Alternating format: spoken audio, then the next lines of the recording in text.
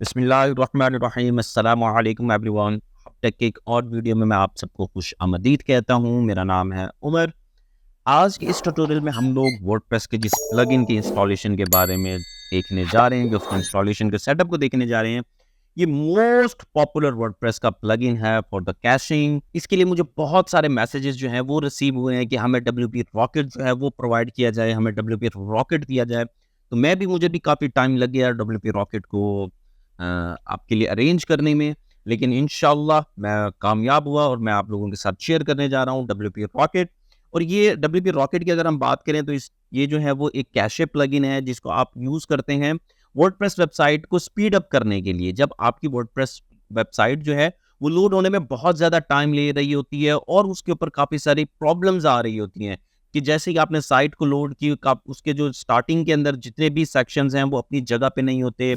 कभी जो सेक्शन है वो लेफ्ट, कभी राइट अलाइन होता है और काफ़ी सारे उसके अंदर प्रॉब्लम्स जो हैं वो हमें देखने को मिलती हैं। वेबसाइट जो है वो लोड होने में 8-8, 10-10 सेकंड का जो टाइम ले रही होती है। इन सब प्रॉब्लम्स को जो सॉल्व करता है वो एक ही प्लगइन है जिसको हम कहते हैं WP रॉकेट। ये बहुत ही ज़्यादा प्रीमियम प्लगइन है, इसके अंदर बहुत सारे इनबिल्ट फंक्शंस हैं और सबसे अगर हम बात करें तो और ये ईज़ी टू यूज़ है कि आप इसको कॉन्फ़िगर करने में आपको हार्डली 5 मिनट लगते हैं और 5 मिनट के अंदर आप अपने लिए इस प्रीमियम प्लगइन को कॉन्फ़िगर कर सकते हैं। तो इस टाइम हम लोग जो है वो WP रॉकेट की वेबसाइट पे ऊपर है, क्योंकि ये जो प्लगइन है ये आपको वर्डप्रेस की रिपॉजिटरी पे नहीं मिलेगा, ये आपको फ्री प्लगइन नहीं है, क्योंकि इनका अगर बेसिक प्लान भी जो है वो भी पेड है, तो इसके लिए आपको प्लगइन को जो है वो परचेज करना पड़ेगा। यानी कि ये फुल्ली जो प्लगइन है ये पेड प्लगइन है, इसके अंदर आपको फ्री वाला कोई भी एलिमेंट नहीं मिलता। ठीक है, तो आप यहाँ से जाके प्लगइन अगर आप परचेज करना चाहें तो वो आप प्लगइन परचेज कर सकते हैं, और ना अगर करना चाहें तो आपको इसी वीडियो की डिस्क्रिप्शन के अंदर जो है वो लिंक मिल जाएगा। आप सिंपली उस लिंक के ऊपर जाकर प्लगइन को इंस्टॉल कर सकते हैं, डाउनलोड करके अपनी वेबसाइट के ऊपर इंस्टॉल कर सकते हैं। लेकिन उससे पहले आपको चैनल को सब्सक्राइब करना ज़रूरी होगा।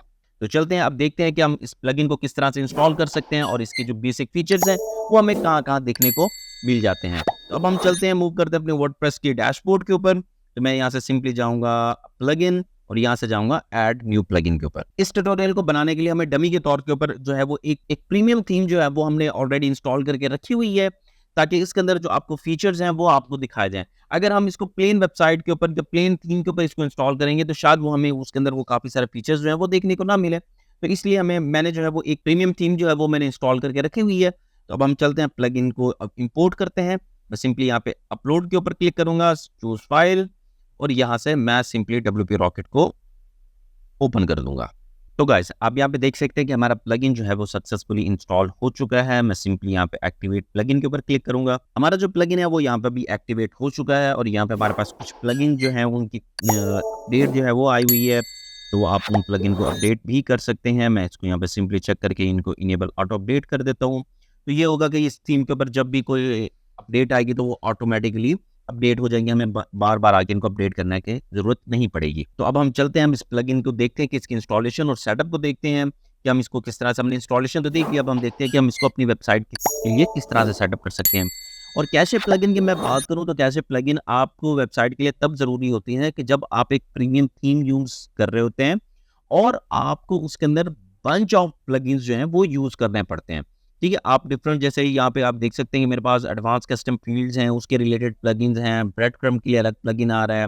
ठीक है, उसके बाद कॉन्टैक्ट फॉर्म 7 है, उसके बाद काउंटडाउन है, बहुत सारे इस तरह के आपके पास जो एक प्रीमियम थीम आप कोई भी परचेज करते हैं या आप उसको थीम को यूज़ करते हैं तो उसके अंदर जो है वो प्री रिक्वायर्ड जो है वो प्लगइन होते हैं। आपको उनको यूज़ करना ज़रूरी होता है कि जिसके बगैर आप उन थीम्स की पूरी फंक्शनैलिटी को एन्जॉय नहीं कर सकते। ठीक है, तो अब उसके लिए अब सबसे पहले चलते हैं यहाँ पे सेटिंग के अंदर, क्योंकि WP रॉकेट का ऑप्शन कभी भी आपको सामने नज़र नहीं आएगा। यहाँ पे ऊपर आपको एक ऑप्शन बार के अंदर आपको नज़र आ रहा है, यहाँ से आप यहाँ पे से भी सेटिंग के ऊपर जा सकते हैं। मैं यहाँ से जाऊँगा सेटिंग और मैं यहाँ पे सिंपली क्लिक करूँगा WP रॉकेट के ऊपर। ठीक है, तो आप यहाँ पे देख सकते हैं कि हम इस टाइम WP रॉकेट की जो है वो डैशबोर्ड के ऊपर हैं। सबसे पहले हमारे पास जो लाइसेंस आ रहा है वो हमारे पास प्लस है। अगर हम इसकी प्राइसिंग की बात करें तो प्राइसिंग के अंदर हम देखते हैं कि हमें कौन-कौन से जो है वो उसके अंदर मूड्स जो है वो देखने को मिल जाते हैं लाइसेंस के लिए। ठीक है, उसके बाद एक्सपायरी डेट आ रही है, तो आप ये, इसको मैंने मैनिपुलेट किया हुआ है तो आपको इसके साथ जो है वो सीरियस लेने की ज़रूरत नहीं है। हाँ, मैं जो चीज़ आपको यहाँ पे सजेस्ट करूँगा वो ये है कि आप यहाँ पे अपना अकाउंट ज़रूर बना के इसके साथ लिंक करें अपनी वेबसाइट के साथ, ठीक है? आप अपनी वेबसाइट के साथ जब भी इस प्लगइन को यूज़ करें तो आपने इस वेबसाइट के ऊपर डब्ल्यूपी रॉकेट के ऊपर अपना अकाउंट बनाना है और वो इसके साथ लिंक करना है, ठीक है? तो यहाँ पे देखिए हमारे पास प्लस प्लान है और इसके अंदर आप देख सकते हैं कि $120 पर ईयर जो है वो हमें ये प्लगइन मिल रहा है। तो सबसे पहले हम चलते हैं यहाँ पे फाइल ऑप्टिमाइज़ेशन के अंदर। फाइल ऑप्टिमाइज़ेशन के अंदर सबसे पहले जो चीज़ है वो है जी मिनीफाई सीएसएस फाइल। मिनीफाई हम इस ऑप्शन को क्लिक करेंगे, ओपन करेंगे। ये ऐसा होता है कि ये आपकी जितनी भी सीएसएस की फाइल्स हैं, तो उनके अंदर कोड जो जब डेवलपर उसके अंदर उसको कोड को डेवलप कर रहा होता है, जब उसके अंदर कोड राइट कर रहा होता है, तो वो बहुत सारी स्पेसेस आ रही होती हैं। तो ये क्या काम करता है, वो उन सारी स्पेसेस को रिमूव करके एक ही फाइल के अंदर कोड को एम्बेड कर देता है। ठीक है? तो ये मिनीफाई आपके लिए बहुत ज़रूरी है। उसके बाद आपने जावास्क्रिप्ट के ऊपर आ जाएँ, तो आपने जावास्क्रिप्ट की फाइल्स को भी मिनीफाई करना है। लोड स्क्रिप्ट एफर्ट को जो है वो आपने इनेबल करना है और उसके बाद आपने सिंपली इसको यहाँ पे सेव चेंजेस कर देने हैं। फाइल ऑप्टिमाइजेशन के अंदर हमारी जो पार्ट है ये मिनी फाइल हमने फाइल्स को कर लिया है। उसके बाद हम मूव करेंगे मीडिया के अंदर। मीडिया के अंदर हाँ जी, इनेबल फॉर इमेजेस हमने उसको इनेबल करना है। इनेबल फॉर सीएसएस बैकग्राउंड, अगर आपने कोई भी अपने वेब पेज का जो बैकग्राउंड है आप सीएसएस के थ्रू जनरेट कर रहे हैं तो आप उसको लिए भी इनेबल करें। और आई फ्रेम्स फॉर वीडियोस आप उसके लिए भी यूज़ करें। ये इस तरह से होता है कि जब आपने यूट्यूब की वीडियोस को अपनी वेबसाइट के अंदर इम्बेड करना होता है एक थ्रू कोड, ठीक है? तो उसके लिए जो है वो आप एक आई फ्रेम की प्रॉपर्टी जो है वो यूज़ करते हैं। तो हाँ जी, हमें आई फ्रेम के लिए भी इसको यूज़ करना है, ठीक है? उसके बाद हम यहाँ से इसको सिंपली सेव चेंज के ऊपर क्लिक कर देंगे। उसके बाद हमारे पास नेक्स्ट ऑप्शन जो है वो प्रीलोड का है। हम प्रीलोड के ऊपर क्लिक करेंगे। हाँ जी, एक्टिवेट प्रीलोडिंग का हम कर देंगे। इसके साथ क्या होगा कि ये उतना ही एरिया लोड करेगा जो आपके स्क्रीन के ऊपर विजिबल हो रहा होगा। सम टाइम क्या होता है कि जब आपने कैशे प्लगइन यूज़ नहीं किया होता तो तब तक आपके पास थीम जो है वो प्रॉपर लोड नहीं होती जब तक वो उसका पूरा पेज लोड नहीं होता। तो इन सारे फीचर्स को आप यूज़ करते हुए अपने प्रीलोडर के अंदर यूज़ कर सकते हैं। उसके बाद हमारे पास कुछ एडवांस टूल्स आ जाते हैं। इसके अंदर ये होता है कि आप यहाँ पे अपने ऑटोमेटिकली जो है वो टाइम एडजस्ट कर सकते हैं कि कितने टाइम के बाद जो है वो आपकी वेबसाइट के ऊपर जो कैशे फाइल्स जो है वो स्टोर्ड है वो ऑटोमेटिकली रिमूव हो जाए।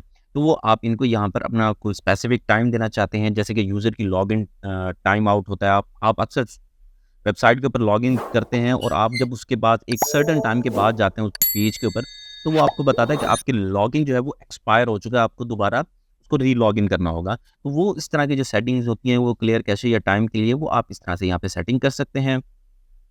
अगर आपने कुछ कुकीज़ अपनी वेबसाइट के अंदर ऐड करनी है और आपने उनको एक्सट्रैक्ट करना है तो वो आप यहाँ पे कर सकते हैं। उसके बाद आपको एजेंट के लिए, यूज़र के लिए जो है आप अगर आपने कैशे सेपरेट सेटअप करना है तो वो अभी आप यहाँ पे सेटअप आके कर सकते हैं।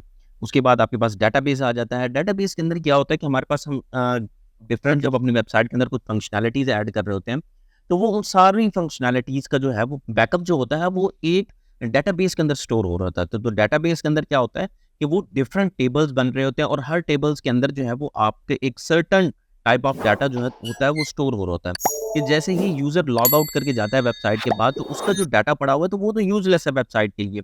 तो हम इस तरह से जब इसको सेटअप करते हैं कि वो ये कहते हैं कि एक सर्टेन टाइम तक उस यूज़र का जो डाटा है वो हमारी वेबसाइट के अंदर रहे और उसके बाद जो है वो ऑटोमेटिकली डिलीट हो जाए। तो उसके लिए हम लोग जो है वो यहाँ पे इस तरह की डाटा सेटअप की जो है वो डेटाबेस सेटअप की जो है वो सेटिंग क्लियर करते हैं। जिसके अंदर हमारे पास रिवीजन है, हम इसको यहाँ पे क्लियर करेंगे। ऑटो ड्राफ्ट हम इनको क्लियर करेंगे। ट्रस्ट पोस्ट जो है वो हम इनको यहाँ पे क्लियर करेंगे। उसके बाद हमारे पास जो स्पैम कमेंट्स आते हैं उनके लिए जो फाइल्स क्रिएट होती हैं उनको हमने रिमूव करना है। सेम एज इट इज़ हमारे पास ट्रैश कमेंट्स हैं। उसके बाद हमारे पास ऑल ट्रांजिट्स हैं, हम उनको भी क्लियर करेंगे। ऑप्टिमाइज टेबल है और हमारे पास कैजुअल ऑटोमेटिक क्लीनअप है। ठीक है, अब यहाँ पे इसको सेटअप भी कर सकते हैं कि आपके पास अगर आप इसको मैनुअली जाके कैशे को क्लियर नहीं करते तो वो कितने टाइम के बाद जो है वो अपना ऑटोमेटिकली हमारे डेटाबेस के अंदर से वो फाइल्स जो है वो रिमूव हो जाएं। तो उसके बाद हम यहाँ से सिंपली इसको सेव चेंज एंड ऑप्टिमाइज के ऊपर क्लिक कर देंगे। नेक्स्ट हमारे पास जो ऑप्शन है वो है CDN which is called content delivery network.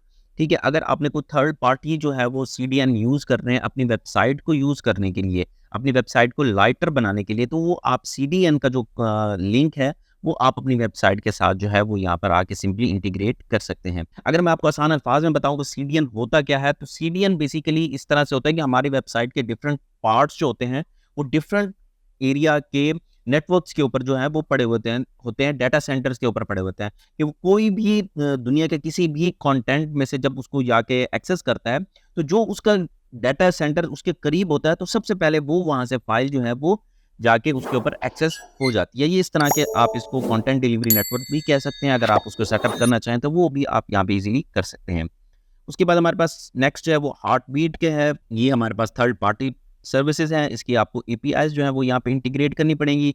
आप एपीआईज को इंटीग्रेट कर सकते हैं। और नेक्स्ट हमारे पास ऑप्शन है which is called add ons का। ठीक है, एड ऑन्स हमें यहाँ पे देखने के लिए मिल जाते हैं यूज़र के लिए। अगर आप यूज़र कैशे के लिए अगर आपने third party add ons add करना है तो वो आप यहाँ से कर सकते हैं। वार्निश अगर आपने ऐड करना है तो वो कर सकते हैं। अगर आपने अपनी जितनी भी फाइल्स हैं, चाहे वो पीएनजी हैं, चाहे वो आपके पास जेपेग है, वो जेपीजी हैं, अगर आप उन सबको जो है वो वेब पी के अंदर आप उनको कन्वर्ट करना चाहते हैं तब आप यहाँ पे इसको इजीली कर सकते हैं। उसके बाद हमारे पास एक थर्ड पार्टी सर्विसेज होती है which is called Cloudflare. अगर आप उसको भी इंक्लूड करना चाहें तो वो भी आप यहाँ पे इजीली कर सकते हैं। नेक्स्ट हमारे पास आ जाता है which is called image optimisation. ठीक है, वेबसाइट को लाइटर बनाने में सबसे ज़्यादा जो अहम किरदार अदा करते हैं वो हमारे वेबसाइट का पेज किरदार अदा करता है कि हम लोग उसके अंदर कंटेंट है जो किस तरह से डाल रहे हैं। क्या हमारी जो इमेजेस हैं क्या वो एमबीज में आ रही हैं, ठीक है, या वो केबीज में आ रही हैं। तो इस तरह से हम उन फाइल्स को जो है वो उनके फाइल साइज, उन इमेजेस का फाइल साइज जो है वो रिड्यूस करते हैं और फिर हम उसको अपनी वेबसाइट के ऊपर जो है वो इंपोर्ट कर देते हैं। तो इसके साथ क्या होता है कि ये सबसे बड़ा अहम किरदार अदा करते हैं हमारे वेबसाइट को लाइटर और फास्ट बनाने में। ठीक है, तो ये तो था इस प्लगइन का छोटा सा tutorial. I hope you learn so many thing from this tutorial. तो मिलते हैं नेक्स्ट ट्यूटोरियल में, तब तक के लिए याद रखिएगा। अल्लाह हाफिज़।